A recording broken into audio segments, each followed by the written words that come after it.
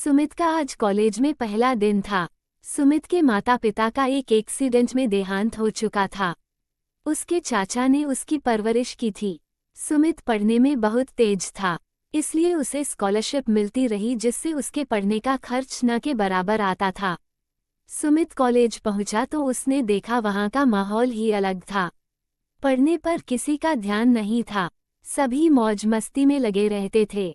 महंगे कपड़े, बाइकें, गाड़ियां, ये दुनिया ही अलग थी। सुमित इस सब से बचता हुआ अपनी क्लास में पहुंचा। वहां भी मौज मस्ती हो रही थी।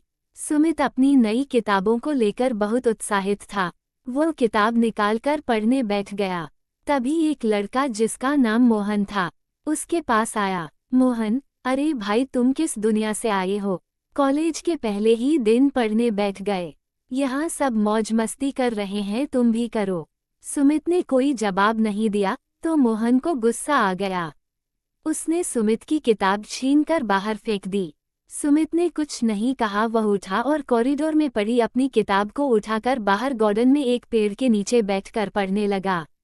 मोहन और उसके दोस्त उसे दूर से देख रहे थे। मोहन बड़ा पढ़ाकू बनता है, चल उसे सबक सिखाते हैं।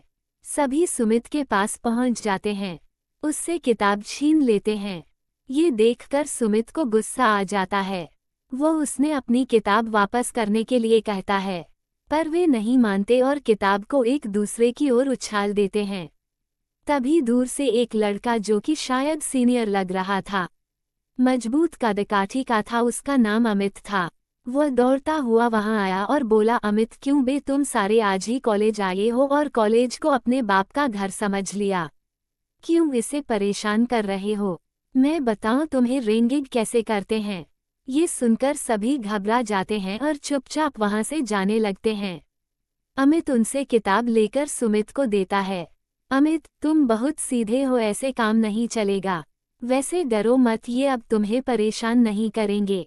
मेरा नाम अमित है, अगर कोई तुमसे कुछ कहे तो मुझे बता देना। सुमित, थैंक यू भैया, मैं यहाँ पढ़ने आया हूँ, लेकिन यहाँ तो पढ़ाई का माहौल ही नहीं है। अमित, आज पहला दिन है, वैसे भी अभी 15 दिन ऐसे ही चलेगा। एडमिशन पूरे होने पर ही ढंग से पढ़ाई शुरू होगी। तुम भी मौज मस्ती करो, बाद में पढ़ लेना। सुमित, नहीं अमित, मेरे ऊपर बहुत जिम्मेदारी है। मेरे माता पिता नहीं हैं, किसी तरह चाचा के घर पर रह रहा हूँ। मुझे जल्द से जल्द कुछ बनना है। अगर स्कॉलरशिप ना मिलती तो मैं कभी कॉलेज नहीं आ पाता। ये सुनकर अमित को सुमित की सच्चाई का पता लगा। वह बोला, अमित, आज से तुम मेरे दोस्त हो, तुम्हें कोई परेशानी हो तो मुझे बताना। मन लगाकर पढ़ो, तुम जरूर कामयाब हो जाओगे।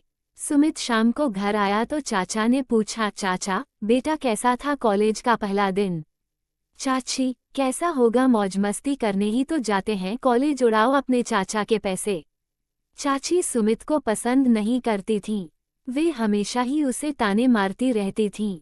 पूरे घर का काम सुमित से करवाती, बाहर से सामान मंगवाती, फिर भी उसे आधा पेट खाने को देती थीं। उनकी बात सुनकर सुमित बोला, सुमित, नहीं चाची, मैं तो सारा दिन पढ़ रहा था। चाची, मुझे इससे कोई फर्क नहीं पड़ता कि तुम पढ़ते हो या नहीं। जल्द से जल्द पढ़ लिख कर कोई नौकरी ढूंढो और हमारा पीछा छोड़ो। चाचा, चुप हो जा, बेचारा कितना काम करता है, बदले में तुम उससे कितना बुरा व्यवहार करती हो। चाची, तो यहाँ क्यों पड़ा है, कहीं चला क्यों नहीं जाता?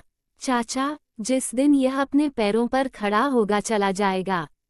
तेरी जली कटी सुनने के लिए यहाँ नहीं रहेगा। सुमित वहां से चुपचाप अपने कमरे में चला जाता है और अपने माता पिता की फोटो के आगे बैठकर रोने लगता है। काश उसे माता पिता जीवित होते तो उसे ये सब नहीं देखना पड़ता। अगले दिन सुमित कॉलेज में उसी पेड़ के नीचे बैठा था।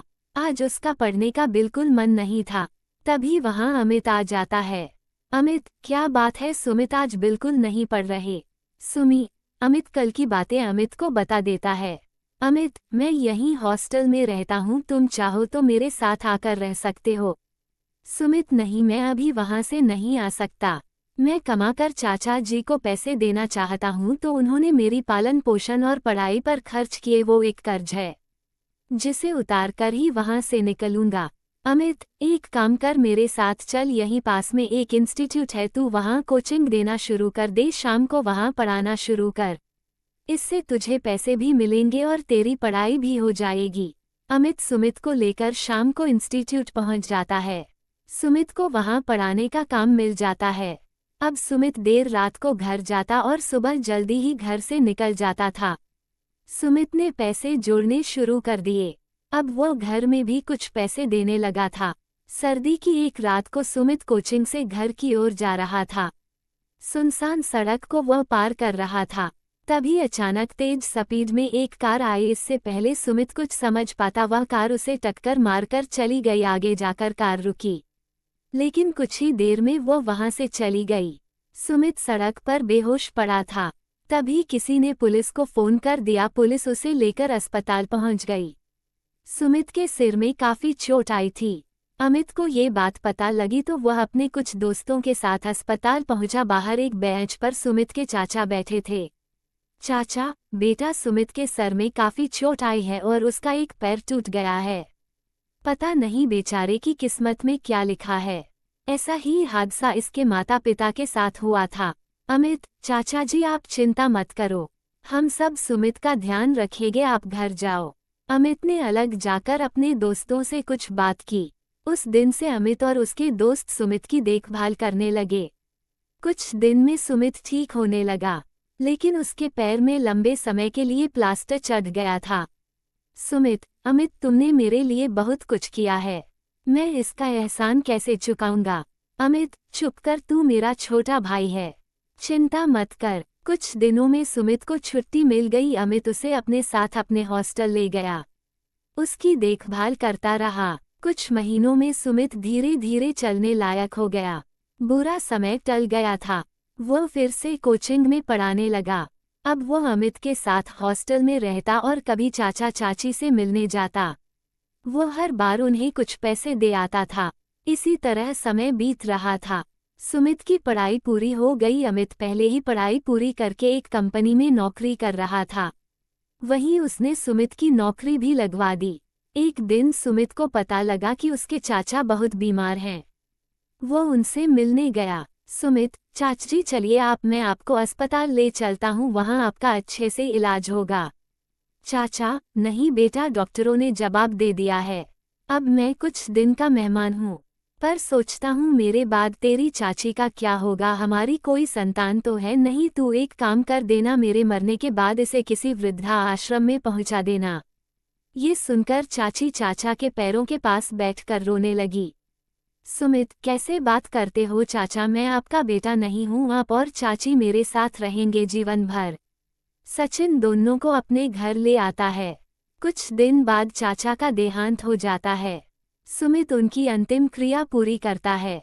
कुछ दिन बाद उसकी चाची कहती हैं, चाची बेटा मुझे वृद्धा आश्रम छोड़, और मैं इस लायक नहीं कि तू मुझे अपने घर में रखे। सुमित, चाची मैंने आपको हमेशा अपनी माँ माना है, आप हमेशा मेरे साथ रहोगी।